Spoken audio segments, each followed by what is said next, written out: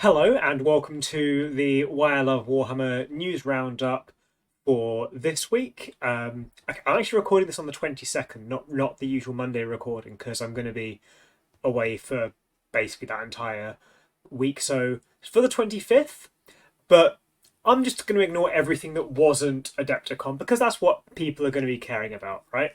No, the Old World Almanac and the summary of the painting object source lighting, that's not what we're going to be here for, right? We're here for the Adepticon reveals. So I'm going to go through these in the order that they presented them. New Chaos Space Marines being revealed. New Chaos Lord, and there's a jump pack option.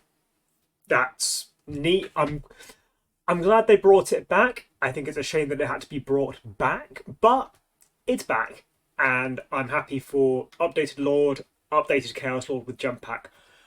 Will I be getting it? Chaos Space Marines were my first army, and I still have Chaos Space Marines. And to be honest with you, I don't see myself getting this because I've got the Night Lord's Chaos Lord, which I am just too emotionally attached to. I think the axe is cool. I like this weapon.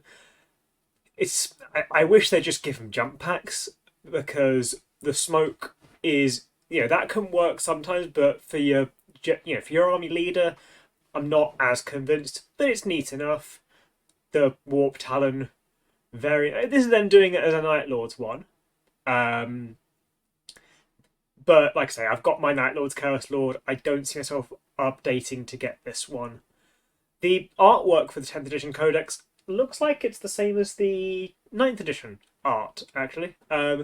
Not that I really care, because it's still a really cool codex, it's still really cool art.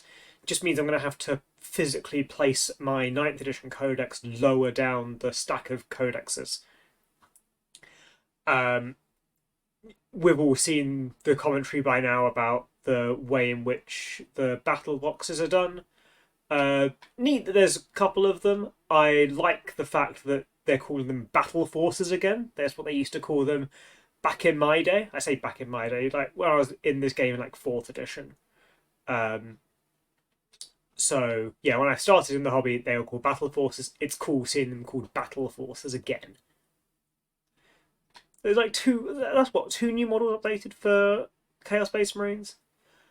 Bone and Briar. I think this is phenomenal. I love this centaur. My Dungeons and Dragons group have a bit of a thing with centaurs. See centaur, send to chat. I love these Ossiarch Bone Reaper hounds.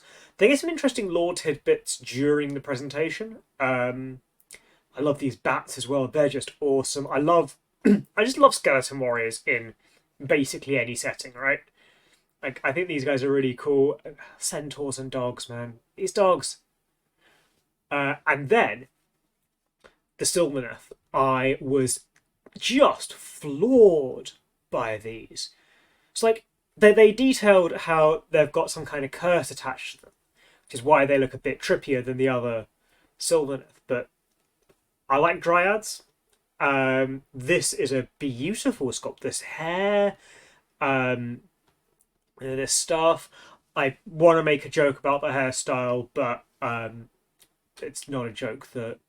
But I won't because it's not a good taste joke. But I love these beehives. I think they're meant to be wasp nests based on the shape of them, but either way, it's horrifying in the best way.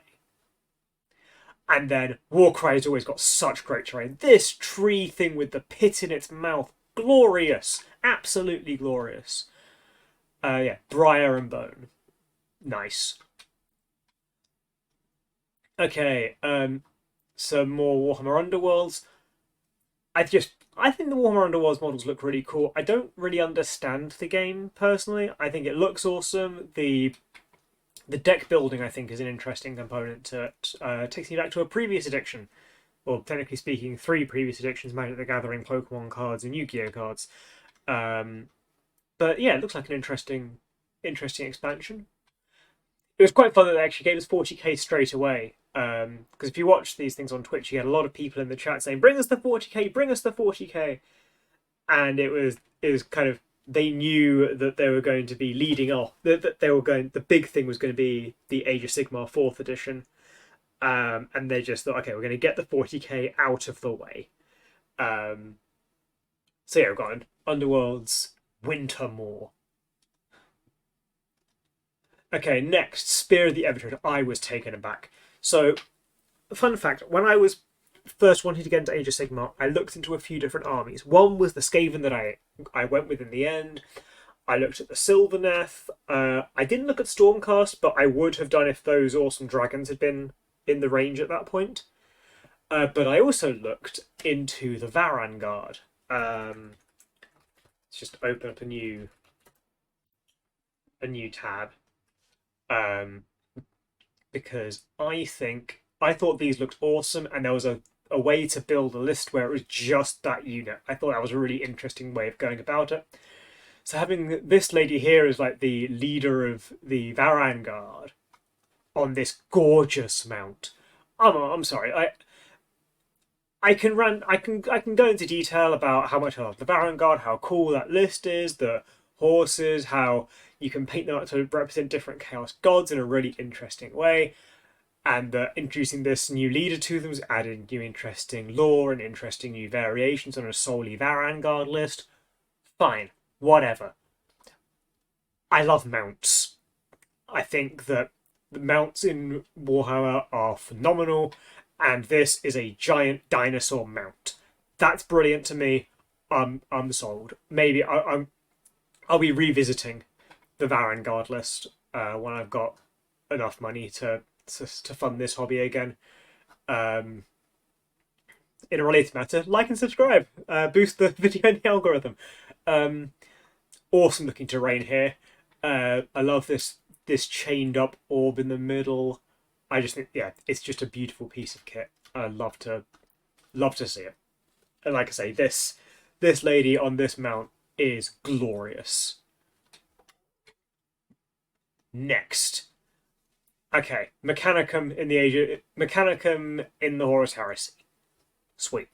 Yeah, honestly, that's my opinion. Sweet. I'd be nice to use my knights in games of Horus Heresy. Kill Team. Yeah, interesting new box. I'm still a bit gutted. We've still not gotten that Kill Team box that they advertised ages ago of the Mandrakes versus the Night Lords. Very excited about that box, but I'll wait for that to actually come out. So this box, we've got some new Leagues of Votann models. I still wish I could build all of my Votann with this helmet, because I think it's just a really awesome helmet. Yeah. Also, this crossbow, as Andre, crossbow and an axe, great. This is what I would be rocking in any kind of survival scenario. Axe, crossbow.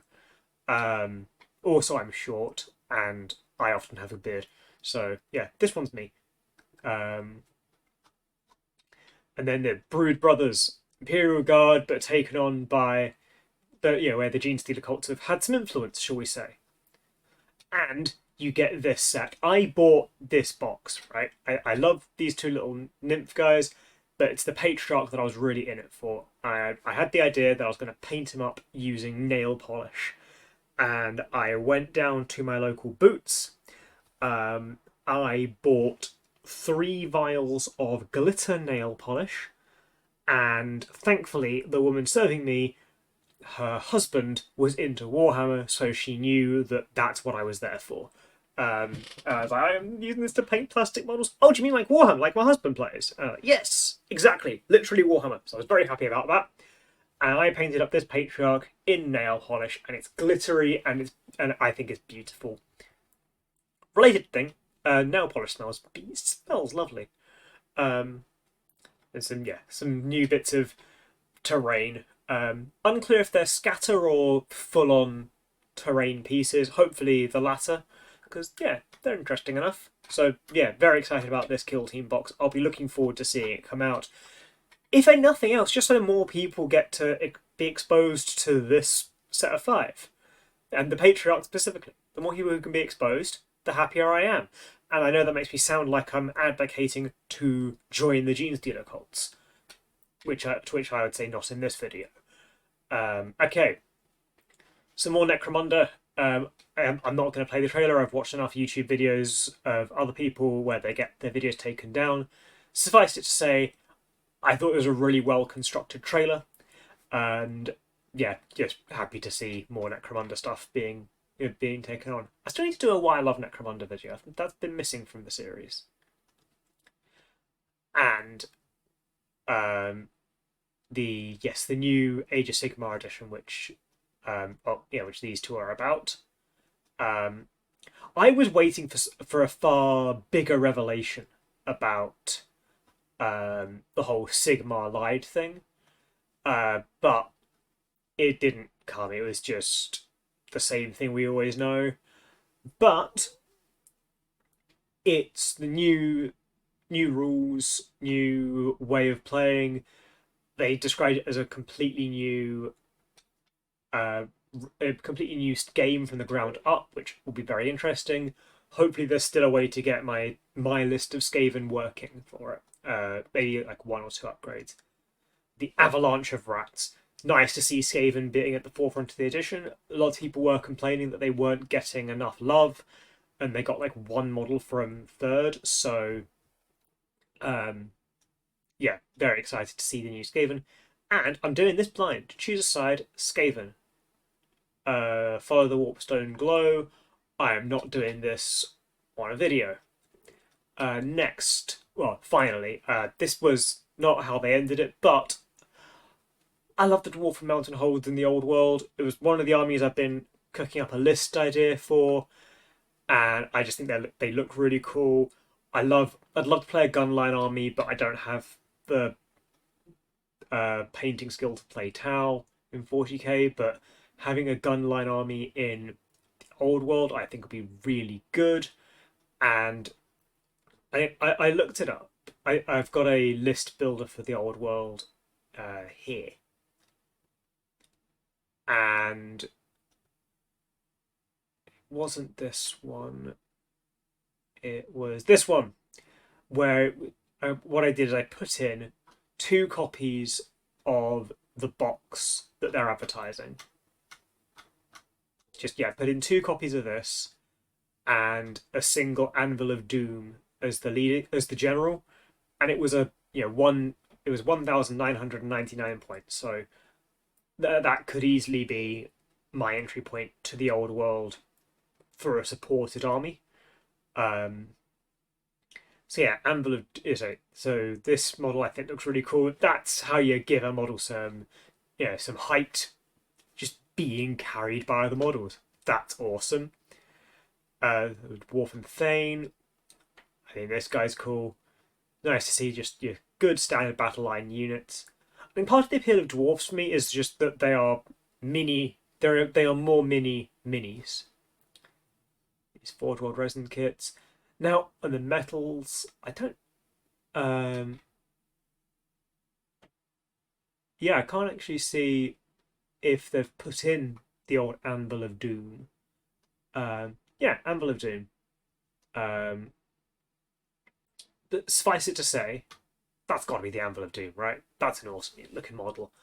I will say that what isn't on this webpage, but was in the live feed, was the Bugman's Cart, which is a really lovely model. And I've been to Bugman's Bar twice in my life. Once I was too young to drink, once I was old enough to drink. I got a souvenir cup. So yeah, having Bugman will be brilliant, and maybe we might get a Grombrindle the White Dwarf, after whom the magazine is named. So yeah, very excited about the Dwarf and Mountain Holds. Again, I probably won't be getting this at launch. I'll wait till I got some disposable income. But yeah, that's the Adepticon run through. I'll still be hosting this on the Monday because I want to keep the hype going, and I'm excited by the Adepticon reveals. I disagree with most of my subscriptions on this. I was pretty psyched about absolutely everything that was shown off to us. So with that, I'll end the video. Memberships and Patreon are available and in the description, yada yada yada. And until I will see you all next time, and until then, I hope you are all having a really good day.